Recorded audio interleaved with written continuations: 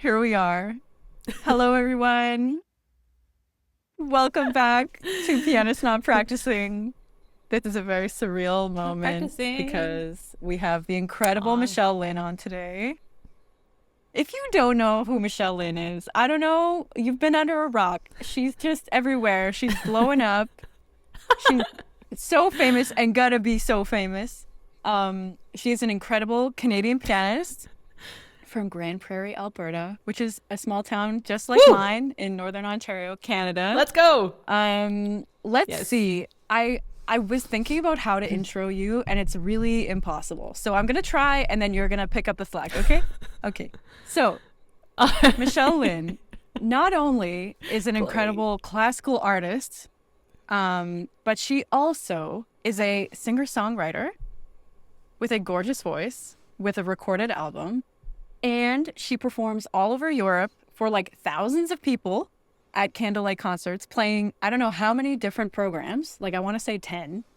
ABBA and Candlelight and Elton John and Naudi, and just the list goes on. It's absolutely incredible. And then on top of all of that, she's helping the world of musicians through her coaching company with Deanna Petre called the Fearless Artist Mastermind, which has been running since 2020, I want to say. Is that correct? Okay. 2020.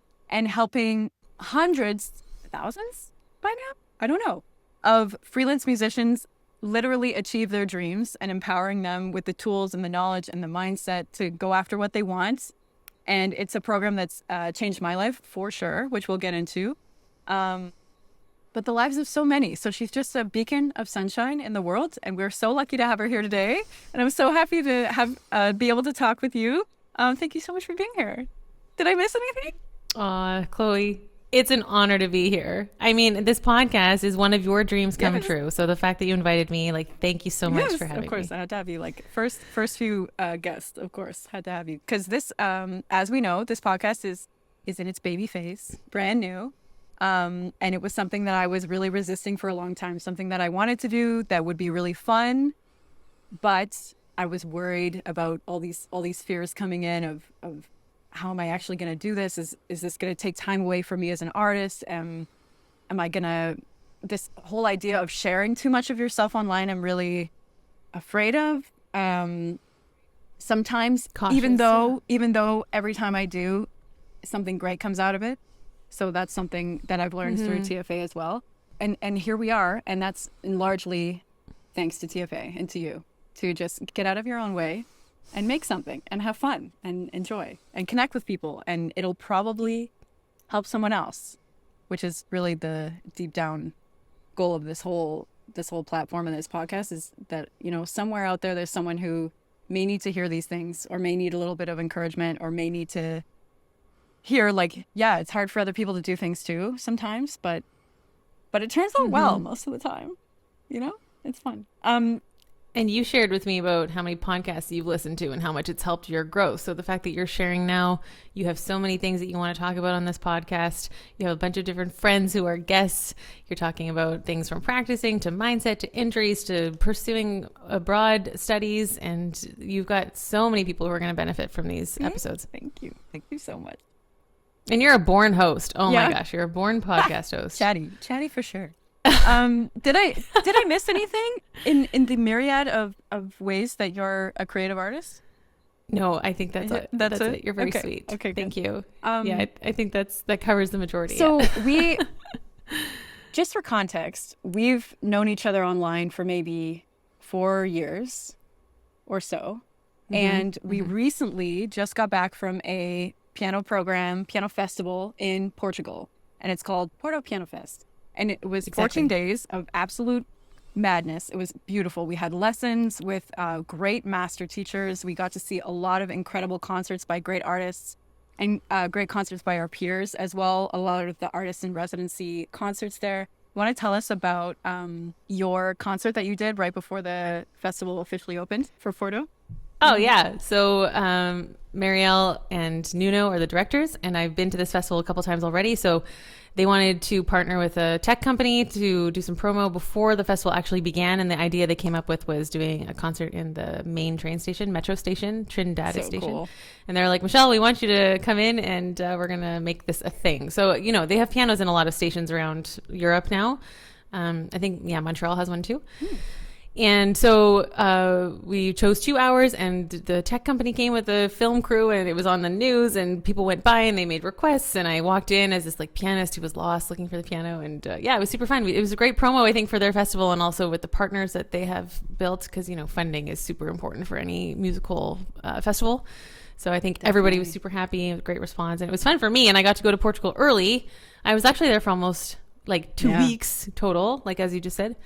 And usually my trips are really short. I usually have trips that are 3 to 4 days. So it was so nice to be like settled in a place and to get the routine. And like you and I found our favorite lunch spot, and we found our gym, and we found our walking route, and we found the drinks that we wanted, port wine. And it was just like you get settled, and that was really, really nice. Oh, it was so incredible. I loved seeing you on the news, and I loved, we just got back. I just flew back from Portugal yesterday.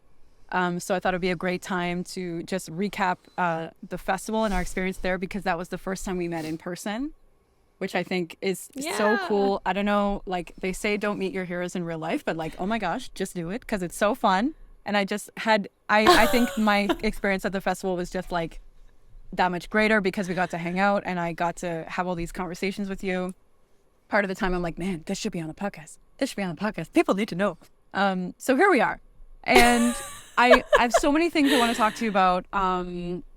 But I think, we've talked a lot about, actually, we just did an episode for your podcast, the Fearless Artist Mastermind podcast. Everyone needs to go hear you. You're great. It's really fun. It was my first time ever being a guest. So woohoo. Thank you so much.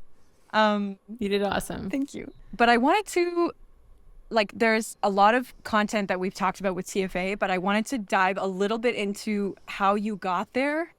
And also how you transitioned from, it's not like you're out of classical, but spread out into Candlelight, and how that happened for you, and how another huge transition too, like, oh, I'm going to be a singer-songwriter and release music that way as well. I just think it's so incredible to have all these different facets of your artistry and touching people in different ways.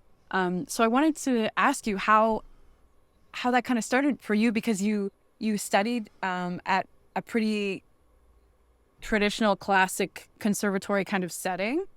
And I was wondering how you broke out of that kind of rep and that kind of world out into this Candlelight world and the singer-songwriter world, which I think is really connected. From the outside, it looks like the same kind of repertoire and the same kind of concert experience for people. So I was just really curious how that happened for you. Was there a lot of resistance at the beginning? Yeah, it's a great question. Yeah. And just to circle back, I wanted to also say that I loved meeting you, and I loved how natural our friendship was from the beginning, and that we knew each other already. And that was something really, really special, because sometimes when you're online friends, but that doesn't mean that you know each other, but somehow we just totally got each other. And it was so great also for me to have a friend at the festival, and it made things way easier. And I also had to prepare stuff to play for my old teacher. And so there's always going to be a lot of like, oh my gosh, like this is really hard and I want to do well. So it was so great to do it with you. In terms of the singing, I've actually been singing longer than I've been playing the piano. I started singing at 3 years old with my dad in his band. Wow. And so they handed me the microphone, and we were doing like Dire Straits, The Walk of Life. And I was also in a kind of a dancing singing group when I was really, really young, and my mom was helping me memorize words and songs. And I grew up on country music. Probably you have a little bit of that too, being Canadian. And so I could sing every word to every country song, and singing with my dad and in the truck on the way to the camping weekends. And so it was just always a part of my life. And he was playing in a band for 10 years as a drummer and also singer. And I took singing lessons growing up until I was 14. So I was doing the Royal Conservatory of Music for piano and for singing. I did both, but it was classical voice. I wasn't really doing any pop stuff. And then I took a break from singing lessons to really focus on the piano, went into that as the university, but then I did voice as a second study. So I took some lessons there, sang in choir. So I think it was always just kind of like part of me, like the voice has always been but I kept it separate professionally because I don't know, piano was like the main focus and it requires so much, it costs so much. And then I think the singing also came back with church. So I was really singing a lot every Sunday on like kind of a worship team, and it's contemporary style music. So I think also it's more similar and like to a pop stream. And there's just like a lot of different answers to the question. So it's always been there. And then Coldplay, for example, has been my favorite band since forever. So then Candlelight approached me and they're like, hey, we've got a Chopin program and a Coldplay program. Can you play this concert? And I'm like, do I have to pay to play this concert? Because this is absolutely my dream. I couldn't believe, during COVID, during lockdown, I ran out of things to do. So I was literally, no, what happened was I got a contract with a streaming app. And if I streamed for 30 hours a month for 3 months, they paid me like a ridiculous amount. It was like 700 euros a month, which was an enormous amount because I lost my students or concerts during the time. I was still teaching online. So I'm like, yeah, I'll stream for 30 hours a month for 700 euros. Are you crazy?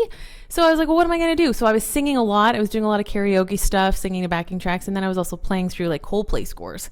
So then when Candlelight approached me, I'd already been practicing the scores. So it was just like this like beautiful moment of like, yes, I'm ready. Give me the stage. And I'm like, I'm going to run out there.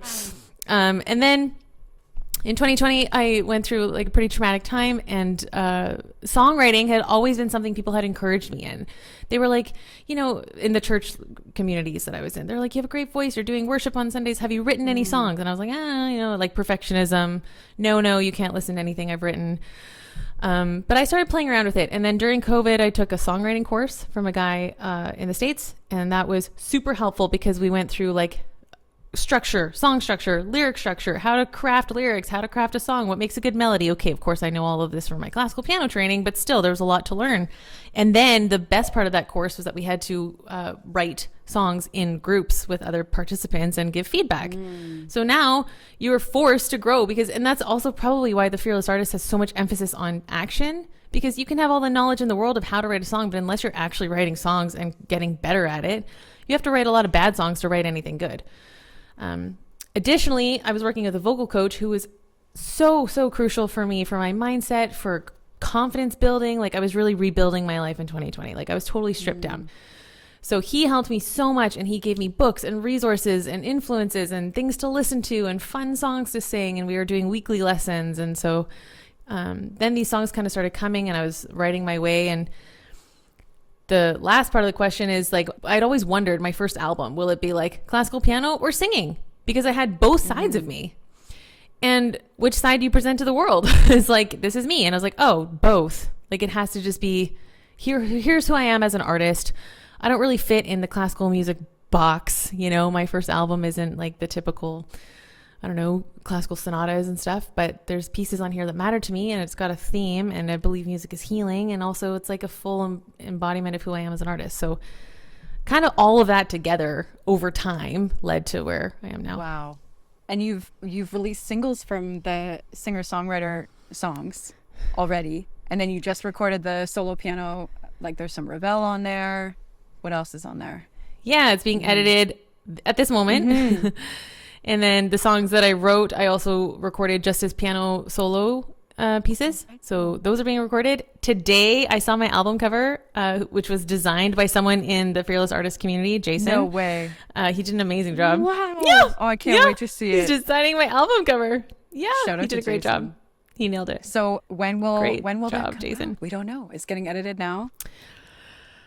It's getting edited, and then I need to we'll probably go back and forth on a couple things, and then gets mastered. And then I think from there it's pretty straightforward. You just send it off to the printer, and you're like, hello, you're so close. Here's my soul, please. Oh, this is so incredible. And there's been so much resistance in me, and there's been so much probably self-sabotage and probably excuses. And these songs that I wrote, I released them in 2022 because I thought that the album was going to be out in 2023. And I've been I crowdfunded for it 3 years ago, and then I don't know. Anyway, I've been juggling too many different things, and that's also why I quit my faculty jobs, because it was just I got to go for this. And I love singing, and I don't put nearly enough time into it, and I would like it to grow. Yes. Tell me about this resistance, because I feel like even with myself, I find just with the podcast, I was like, oh, can I do this as well? Is this going to take time away? Is this going to be seen as oh, she's not a serious pianist? All of these really limiting kinds of things what has been your experience with this branching out? Because I think it's incredible what you're doing and how this album is really showcasing how unique you are and these different facets of you. And it's hilarious because when I'm talking to friends about making albums, people are always looking for that. Like, what does make me unique? And I'm just a pianist. Like, that's it. Like, there's nothing special about me. I'm going to release repertoire that has been released a million times. And I think, if anything, your approach is so impactful and unique, yet there's all this resistance to doing that. Yeah. Well, you know, one of the reasons you shared with me about resisting the podcast is because you're going to be seen, right? People are going to be able to have opinions. They're going to learn more about you. Resistance to the songs. Oh man. I mean, it's probably just, we always want to be good enough. We want to be the best, maybe. I don't know. What do we grow up as? Like, people are sitting around counting your mistakes. They're telling you, and no matter how you play, there's always a way you can get better. I mean, look, in Porto last week, we were comparing 5 recordings of Mozart A minor. Do you want to tell the story? No, go for it, because it just blew my mind. It blew my mind, and I know exactly the point you're going to make, so I want to hear it. Yep. Yeah, I mean, we're listening to Maria Yao Perez, and we're listening to Daniel Barenboim and Argerich and, Glenn Gould. Okay, and then we look at the score, and we can listen to the recordings. And we're like, oh, well, so-and-so didn't do any dynamics, and so-and-so didn't hold this, cadence resolution very well, and so-and-so didn't phrase this, and oh, look at this tempo. Why did they do that so quickly? It's like, okay, no matter, these are the greatest of the greats. These are the people that we revere and awe, and rightly so. And yet we still can all make comments.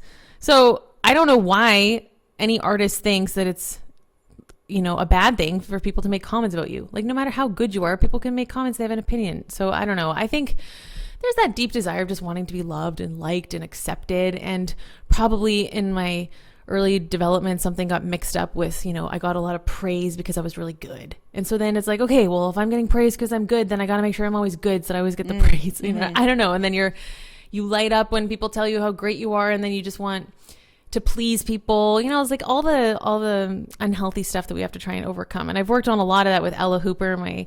I've worked with her for years as a life coach, and I know she's helped a couple people in our community as well. She's an artist coach, talking about this like resistance and perfectionism and criticism. And my inner critic was on overdrive. Like, I had shame. She says, you have shame in your God spot. That's like one of the first things she told me. Like, I'm supposed to come out here knowing that I have a gift, knowing that I'm loved, I'm fully accepted, and I'm going to share with you what I have to give you. But instead, I'm coming out here hoping for approval, or hoping to be received well, or that people like you, or that they, I also just want to be really respected among my peers. There's that thing of like just wanting to belong to your tribe, probably. So probably for a million reasons. And also what you just said, like, how many people have recorded Jadot, and then you listen to like Jean-Yves Thibaudet, and you're like, oh crap, like, that guy's amazing. Like, I mean, why? I mean, if I played for my teacher, he would have 1,000 things to correct or say. And so you have to let go of all of that. And somebody really helped me recently. They were like, this is a snapshot of your artistic development, like right now. Yes. And you have to honor that process in you. And just release what you have. And also, the other thing about Candlelight, it has been so healing for me, because these people are not there to judge me. These people are not sitting there making comments. They are just wowed by the experience. And they are so grateful that they get to, some of them, many people have come up to me and said, this was my first piano concert ever. Like, how incredible is that? So in some sense, this has been super healing, that I'm like, oh, I don't have to perform or earn or prove. I'm just here to give and share, and you guys are loving this, and that's awesome. And so it's from that healthy perspective that I'm able to release this album, which includes Jadot and Au bord d'une source. And I know that if, my teacher heard it, he'd be like, this, whatever. He would have things to help me with, but that's also him doing his job, because he's a master and I have a ways to go. But that doesn't mean that I should not share what I have to give now, because a lot of people are going to be blessed by it. And my audience, my Instagram audience, for example, they are mostly non-classical people who don't know the difference between our 80% and our 100%, for example. So they're just thrilled that we're sharing, because to them, it's like, this is incredible and this is so special. And like, why are we doing music anyway? To reach people, to touch their hearts, to give what we have. And you were sharing that too with when you play in your communities and what you shared on the podcast. People are just like, this is awesome. We want to hear more. And we can't see it sometimes. So sometimes I have to oscillate between those two mindsets, but more and more I'm faster at getting out of that negative or unhealthy mindset. And it's like, no, come on. I know why I'm doing this, and I know what I have to give is important, or else I wouldn't have it. I wouldn't have it in me. That's when that happened, when we were in Porto and listening to all these different recordings and hearing how the professors were reacting to them, and how, I liked this of this person, but this of this person and this of this person. Like they didn't think that any of those recordings were a complete perfect recording.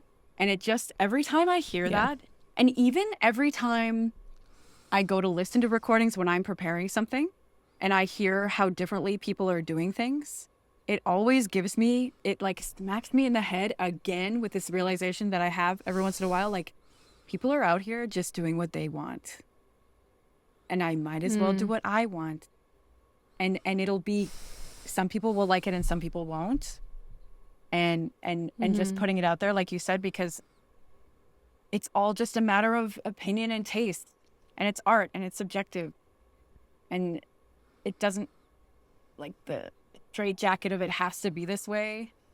After a certain point, yeah, it's like you just have to let go of that and just go forward and make it, because otherwise you won't make anything. And I think that's something that, you know, a lot of the fearless artists, when people come in, that's where they are. They're in a straitjacket of, I can't do anything because it's going to be wrong. It's going to be wrong somehow. Even, you know, for example, when we were there, we went to this like incredible contemporary art exhibit. From my perspective, it was very frightening and very disturbing.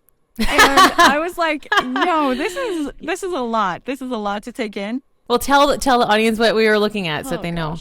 Even describing it. Maurizio Cattelan, and it's the famous banana duct tape to the wall. Yes. Is one of his That's pieces. one of his really famous ones. I won't get into the description of the other ones, but that's like the most tame one.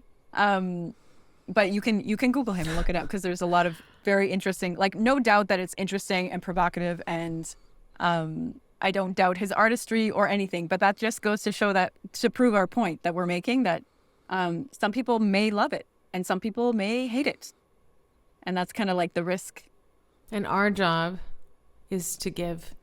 You know, and Jean also helped me a lot this last week, because I was remembering again, like, it's actually not about us. Right? If we are artists and we're called to share this art, I mean, we look at paintings. You go look at a Monet. It is the full art hanging on the wall, completed, done. You can look at it. Our art that we're creating is live over time. So we need time to recreate in real life our art. So if people want to experience Beethoven, they literally need a real life pianist to sit there and make it happen in front of them. So in that way, we're serving the art world. We're serving something much, much bigger than us. So when we make everything about ourselves, wrong notes and how we look, and if people care and what people are thinking, then it's like so egotistical. And I didn't really realize this, but like, arrogance is too much ego, but also insecurity is too much ego, because you're focusing on yourself.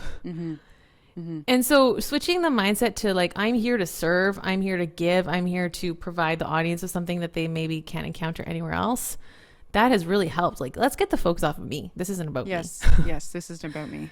This is, just to be clear, this is Jean Saunier, your professor from Montreal. Yeah. We had the pleasure of working with in Porto, an absolutely incredible artist. His concert, he played Scriabin. What sonata was it? Number 3? F sharp minor. My gosh. Just a huge, incredible sound. Unbelievable. So it's just such a pleasure. Yeah, he got going and we were like, whoa, this guy he's on. Like, the mic is on. Yeah.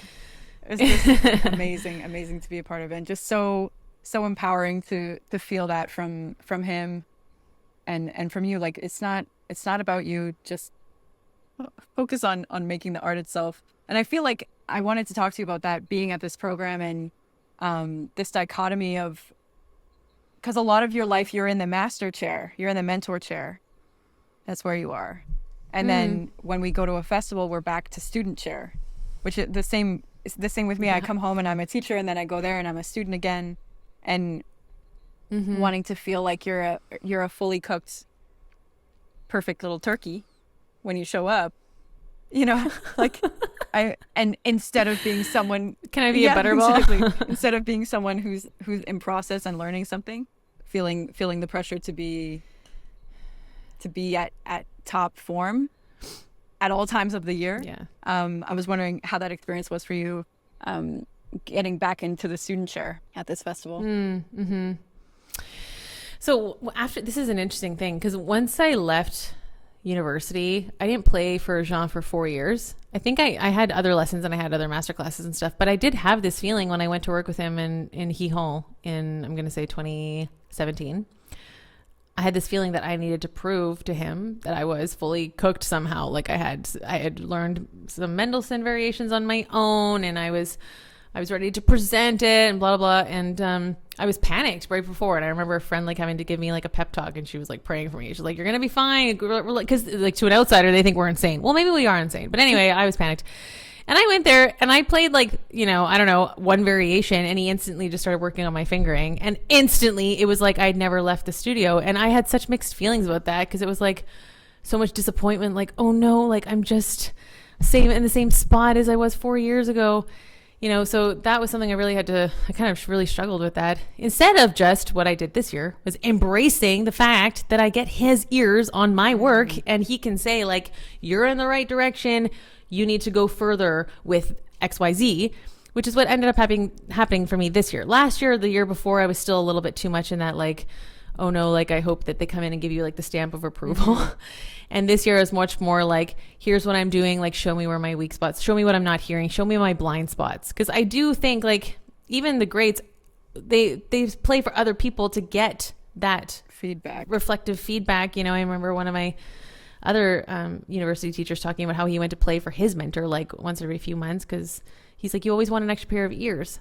So again, I think like overcoming my own ego has been like a long journey, but this year I felt really glad that I could be like, hey, like this is in process. Here's what I'm doing. Like Nuno, I loved him, but he also taught me like as if I was back in the student chair, as you said, but I wasn't offended. I was just like, okay, I'm clearly missing this blind spot. We need to fix this now.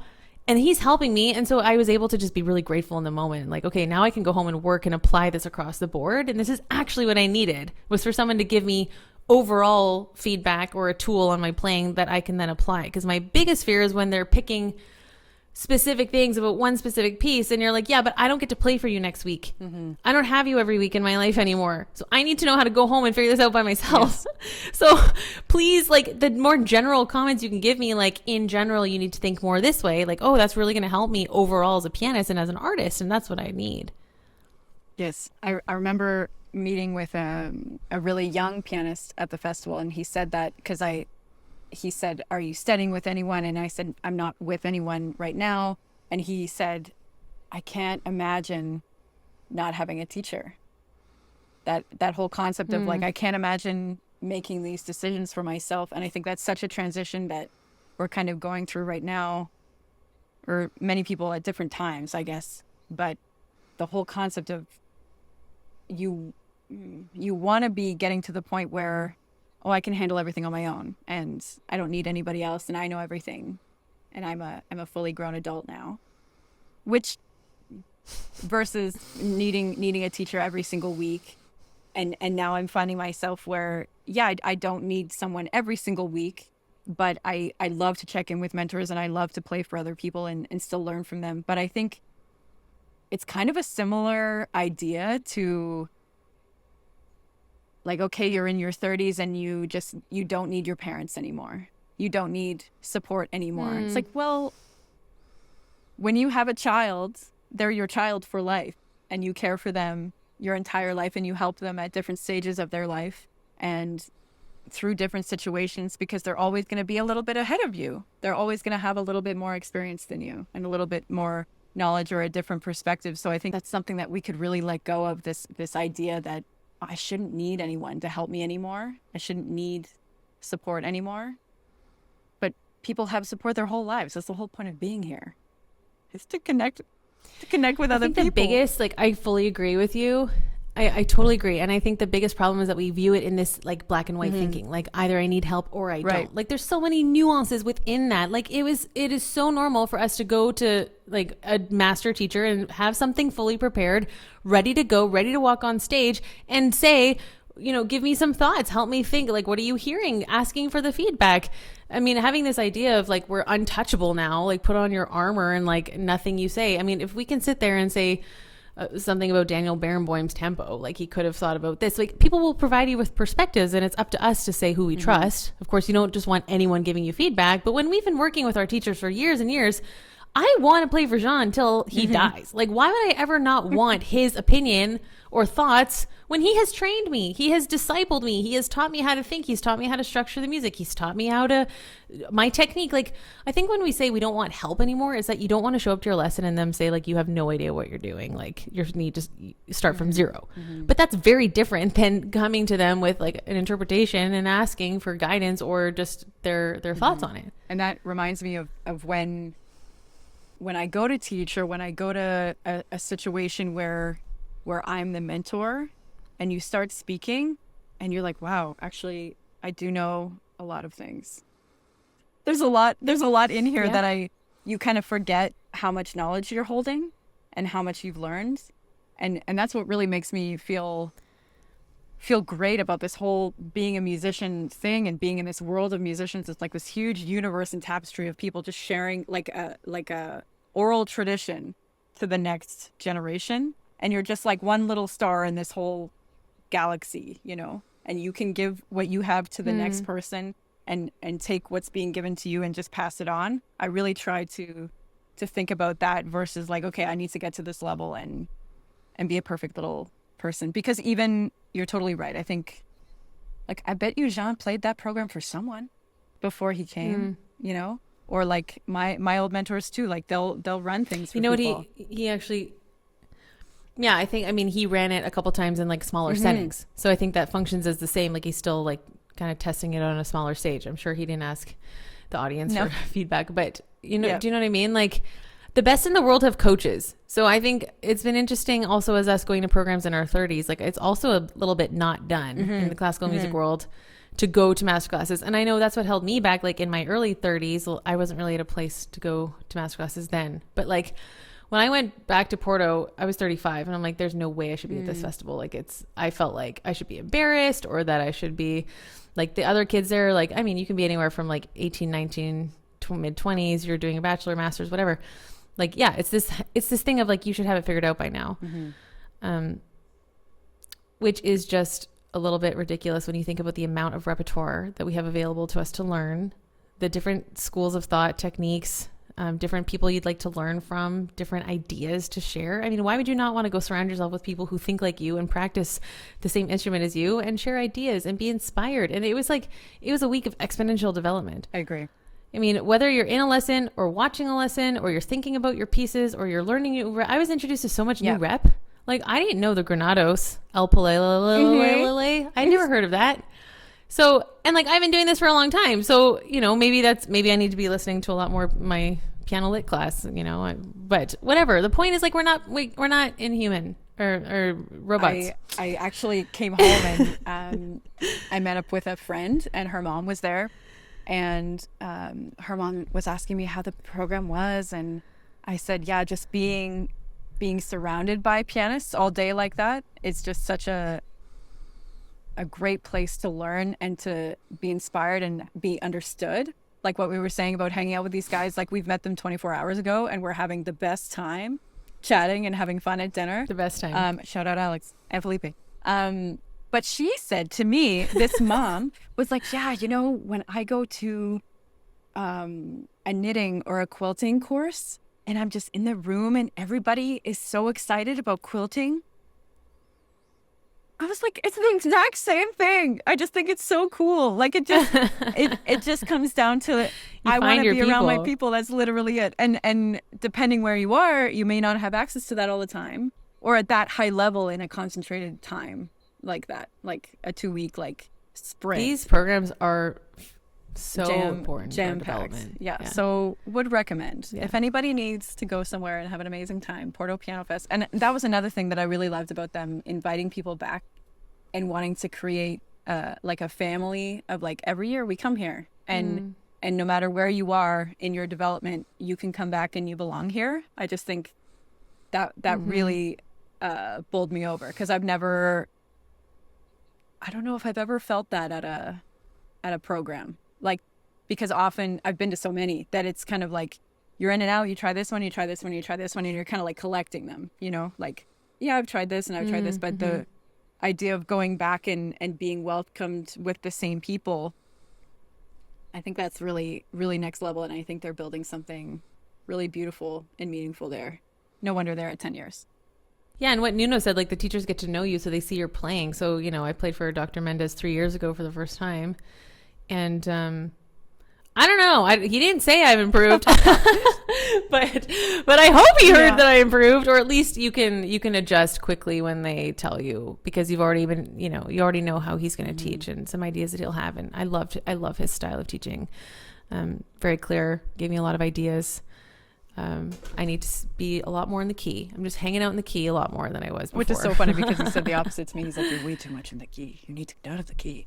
So we just need to combine our playing, and then maybe we'll be, yeah. It was just really great. I think that was something that when I came back, a friend of mine immediately said that, like, hey, should I go? Is there an age limit? I was like, no, there's not an age limit. Like, people want to keep going. Yeah. And want to have that mentorship, especially because when you're done school, and you don't have it all the time. Exactly. Yeah. And this is our chance to play for people. And like, of course you can try and find teachers during the year, but they're busy with their studios. They don't have time, you know?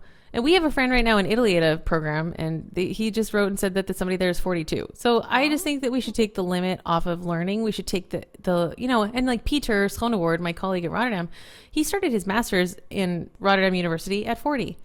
And I know he got some eyebrows raised about that. And then he literally crushed it. He said that he understood the material so well because of his life experience already. He like scored super high, and now he has more learning. He's a better teacher because of it. Like, why would we tell ourselves? I had this lie in my mind that I stopped learning at 25. Like, I remember I went to Gijón in 2017, like I just said, and they were talking about Brahms and hairpins, you know, how crescendos can actually be also tempo markings, right? And he was like, yeah, go look it up. Here's the website. And I just remember having this moment of being like, I can still learn. It sounds ridiculous. I understand it sounds ridiculous, but something in my brain was like, after you leave the university, like you're done. You're, like you said, would you say a fully cooked turkey? All right. You're a fully cooked turkey. You're done learning. Now you're supposed to know everything. So just go play. And it's like, oh, wait, like we're supposed to like continual education. We're supposed to keep learning and keep being inspired. And like one of my first piano teachers was always telling me to read the letters, like read Chopin's letters and Brahms, because then you can learn more about them. And just putting ourselves in these inspirational atmospheres. It also keeps you going through the ebb and flow of the freelance portfolio career when sometimes things are really hard. Yes. We got to keep the inspiration alive by being around the right people. Oh, I want to say one more thing about this, and then I have another question for you. I just think that's something that has attracted me to being a musician forever, is like the fact that there's, especially as a pianist, how the repertoire is so gigantic that, and I remember I've said this before, like I don't have enough time in my life to learn all the rep that I want to play. Like, I wish I had 17 lifetimes in order to play all the rep that I want to play. Yeah. And so what attracts me to being a musician is the fact that you get to keep on learning and keep expanding and keep growing. And there are idols are like, I don't know how old Marta Argerich is now. 80? Yeah. Like, she's playing still. Like, that's what I want to be. I want to be 80 and playing. She's amazing. Or Pressler, Malcolm Pressler put out an album at 96, I want to say. Like, that's what I want to do. Okay, there you go. So just what attracts me to it, this continual learning, and then you turn around and you're mad that you're not done learning at 30, you know? Like, it doesn't make any sense. Yeah, exactly. You mentioned the ebb and flow of this performance career. Before we pressed record, I was talking about how tired and exhausted I was after this program, like in a great way. And the like your social battery, and you're running around, and your energy, and you're not eating exactly what you normally eat, or you're not working out like you normally would, or let alone the whole like time difference sleep schedule thing. So your career is so incredible. Like you're bouncing around all these European cities every other weekend, and I would love to know how you've managed, or how you've learned along the years how to keep yourself kind of at an even keel, even when all this is happening and you have to be so on to perform. and what your recovery is like, because I think that that's something that once you get up to a certain level, it's all about how well are you recovering and how fast are you recovering, because you can't be at this high performance level without taking this rest and recovery. So would love to ask you about that, how you manage that. Yeah. I think you just said it, the even keel thing. So in the past, I've been pretty high. I get high energy, high reactions, big emotions. And so something I learned was to kind of just stay calm in a crisis. Don't get freaked out about little stuff, and don't waste energy where you do not need to waste energy. So examples, if you're running a little bit late, like, okay, one time, so I've been with Candlelight for 3 years. So I've had kind of 3 years to kind of figure this out, like this kind of intense schedule, because I was not used to this, right? And like some months it was like I did 10 or 11 concerts in the month in different cities. So like I wasn't home.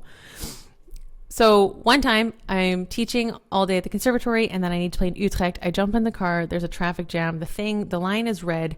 And I get so panicky that I'm like, I call my dad. I'm in tears, and I've still got an hour to drive, mind you. Okay. And I'm like, I'm going to be arriving like 20 minutes before. It's like this huge emotional, right? So now I look at the thing and I'm like, text the coordinator. Hey, I'm getting there 5 minutes before. I'm going to walk in. This is what I need. It's like, make sure the food is ordered for between the shows. Like, you kind of just got to act normal. Yeah. Cook Zero. Exactly. I have learned to not allow my emotions to surge past what allows, like I focus on the most important thing, which is I need to be ready at 7:30 to walk on stage and not get distracted or freaked out. So don't sweat the small stuff, I guess, is kind of the cliche way to say that. In terms of rhythm and routine, I try to keep everything the same as much as possible. Like if I'm going to Paris, I'm on the Eurostar from Brussels. I usually take the 10:12, which means I need to leave the house at around 8. I write down, I've missed it a couple times, so I wrote down in my notes, like, leave earlier. I drop the dog off at the same time. I pack the same way. I bring my protein shake with me. People roast me for this, but I eat a lot of hard-boiled eggs. I go to the same grocery store. I get a pack of deli ham and rucola. I try to eat pretty clean. I order the same exact meal every single time I play a Candlelight show. The coordinator even knows. They don't even ask me what I want anymore. They just order it. Stay at the same hotels if I'm in the same cities. I run when I'm traveling because I don't have a gym usually. Or if I do have a gym, I go do my workout. Like, keep things the same as much as possible. Keep what's constant. This is actually in our playing. Like, Jean and I were talking about this in the last lesson. It's like when you have all these notes and all of this stuff to organize, everything that's constant, you keep constant. And then you find what's interesting, what you need to bring out. So, using that as a metaphor, what's interesting is us walking on stage. And so everything else, I got to be chill. Like, I don't waste energy on this is another big thing. People are rude. Like, people will stand in your way on the trains. Somebody will be a little snippy at you, like, it's just like, you know what? Water off my shoulders. Water off a duck. I like the oil on the duck. Like, just thank you. Water off a duck. My mom says that all the time. Yeah. It's a good one. Water off the duck. You're like, you know what, dude? You want to be rude? No problem. I need to really focus on what I'm doing tonight. And so I got noise canceling headphones. I do not let distractions get to me. I'm not on my phone right before I go on. I just got to like lock in. And then keep myself calm and centered and grounded. And then things have gotten way, way better. When you're keeping yourself calm and centered and grounded, are you dabbling in the meditation game at all? I mean, I do visualization. I have meditation apps, definitely. A few minutes before, like, I go on, I just make sure I'm alone. That's really important to me. I'm not chatting. I'm not high energy. I'm not like, I just don't get high anymore. I think, like, emotionally, I've like regulated. I've learned to stay calm. And I probably learned a lot of this from Deanna too. So, but I have had moments that are just like crappy. Like, I walked in 10 minutes after the concert had to start in front of the 500 people rolling my suitcase behind me because I couldn't find parking. And like, I still get stressed. It's not like I'm stoic. I'm still Michelle. I'm still very much myself. But I think that's been the biggest thing that, just like not getting bothered by stuff that I don't have the energy for. Tell me about this, what you've learned from Deanna. What do you mean by this? This is your partner in CFA. She's very calm. Deanna doesn't get freaked out. She just doesn't. She's very, well, what you said, even keeled. It's a good word. No big reactions. I'm the reaction person from Deanna, you know, but she deeply cares, and she'll tell you, and you know she does. It's not that she's not emotional. She forgives quickly. She's very compassionate. She's very empathetic. She apologizes when it's not her fault. I mean, she's just, I've learned an enormous amount from her. And yeah, and also watching her parent. She's got 3 kids under 5 now. So she's been, like, we talk a lot about her parenting approach and how, you know, you and I were raised in a very different generation of probably yelling and freaking out and punishment and all that stuff. And she, you know, a kid knocks something over, no reaction. She doesn't react. She's like, okay, we're going to clean that up. You know, she'll probably she'll always talk them through it, but it's just, there's no big reactions coming from her. And I think that is a beautiful way to parent that I haven't seen modeled a lot. And she's, you know, she's got me reading all the books that she read so we can wrap our minds around this, because, you know, it's new for us. We're millennials, and our parents did not parent that way. This not having a big reaction and keeping calm. I remember thinking of that when performing started happening more for me, and you're getting worked up about other things or nervous about other things, or how is this person going to perceive me, or like a job interview situation. And I remember thinking that, like, this isn't walking on stage and everything else becomes a lesser stressor. And I think that's the stage is a bubble in that beautiful way. Yeah. I think you're protected for an hour. Yeah. Yes.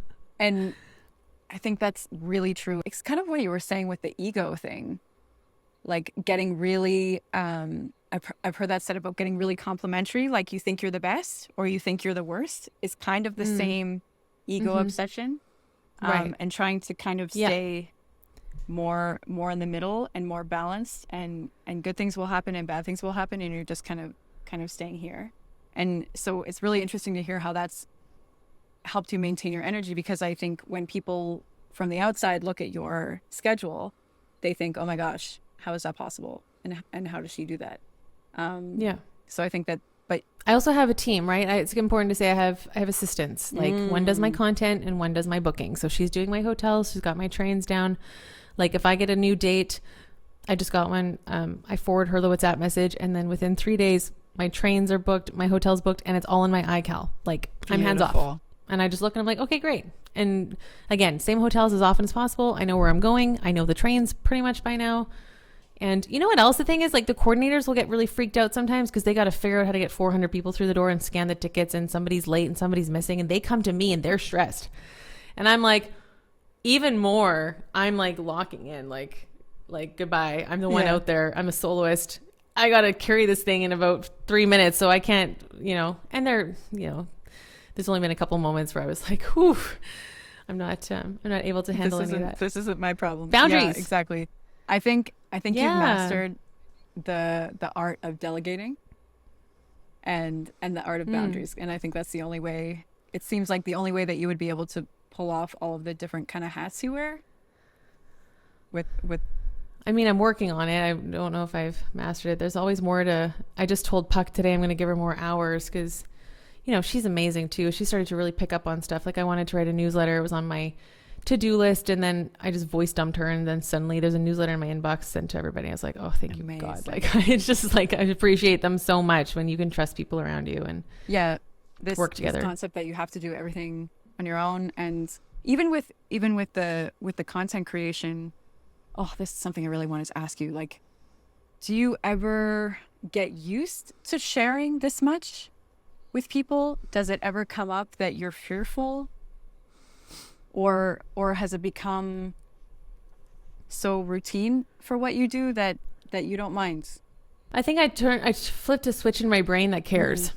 So like example, this afternoon I was coaching our mastermind clients. I was in calls all afternoon, and then I opened my phone and I see a video of me playing, and it says something like, why do I work so hard? And then it flipped to a picture of me as a child, and it said, for her. And I was like, oh, good idea, Constantina. I didn't read the caption.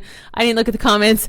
I was just like, okay, whatever, it's on brand. Because like I've trained her so thoroughly on like, this is the message of Michelle Lynne, the brand. This is, you know, I wouldn't let someone write on my personal page about sharing photos or whatever. But this is like Michelle Lynne, the brand. So the content needs to go out. So in that sense, I've distanced myself. It's not me, it's the brand.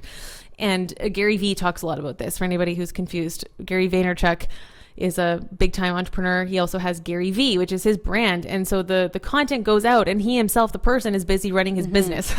So I think about that a lot. And there's only been a couple of videos for her where I'll be like, hey, like I didn't like that, or I had to take something down. And then I correct her. Like in the beginning, I really trained her on like my voice and my style and the message and what I want people to feel when they come to my page, which is inspired and motivated and that they can accomplish their dreams.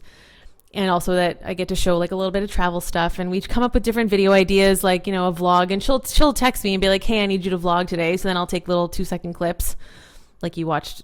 Well, you're doing them perfectly too. We need to get you vlogging more.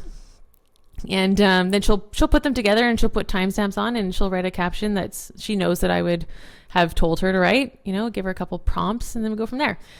And because she's been working for me for like a year and a half, it's pretty seamless. Tell me about this branding, like you, the personal you versus the branding you. I know that we only have a few minutes left, and this could be a whole episode on its own, but I think that this is something that I've struggled with, and I think a lot of musicians struggle with, this whole concept of like what is my brand and how is that separate from me, and how do I learn what this is and distill it down into something, into a couple words like you just said.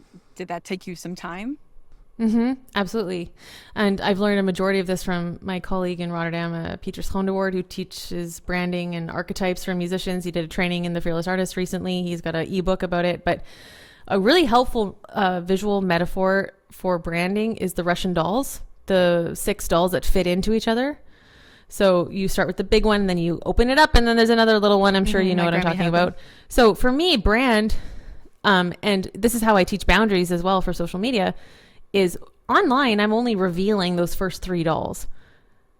The ones that follow are for my friends, my close friends, then my inner circle, people like Deanna, and then, you know, my parents, my sister, and then the smallest one is you and God, like it's your soul. Those never go online. So that's what I mean when I say the brand, Michelle. Those are based on core values that I believe in. The gifts that I believe that I've been given to encourage other people, to inspire them, motivate them, talk about being a fearless artist, musician, making money as a musician. How do these things work? So she kind of has like the brand has a lot of wiggle room in that area, because like you can talk about all of those topics, but it still doesn't get close enough to reveal Michelle, the person. And I mean, funnily enough, like you kind of experience that, like these 2 weeks that we had together in real life, you got to see me, as like as a friend. And like in the past, our relationship has been very much like this online, you only see what I share or like what I tell in public calls. And so this was also an experience for us to be like vulnerable with each other and share weaknesses and insecurities and like actually really talk and get to know each other better. So that's kind of example for when people are so scared of posting online. It's like, you're not supposed to bare your soul online. You're not supposed to go cry on your Instagram stories when you get rejected from an audition. You're supposed to do that with your closest inner circle and let them like help you heal and minister to you and comfort you and encourage you. And then you can go talk to a public audience. Because as musicians, we are public figures. We have an audience. Hello, we are on stage with a spotlight. People are looking. So I don't want them to see everything about me, because it's not safe and that's not healthy. Right? We don't bleed online. So that's what I mean when I say I open my phone and I see she did something and it's on brand. Then for me, it falls within that first 3 dolls, and it's got the core values assigned, and it sounds like something that is like part of the message. So that's the message of me. And then if you want to get to know me, then, you know, we can go have a coffee in real life and I'll tell you something that I maybe wouldn't share on Instagram.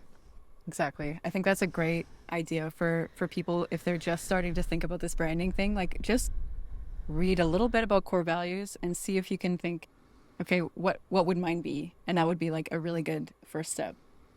Wow. Okay. So I feel like we've chatted about so many different things today. Thank you so much. I wanted to ask you this question. We did a little short clip of it in person in Porto. And your answer could be the same or it could be different.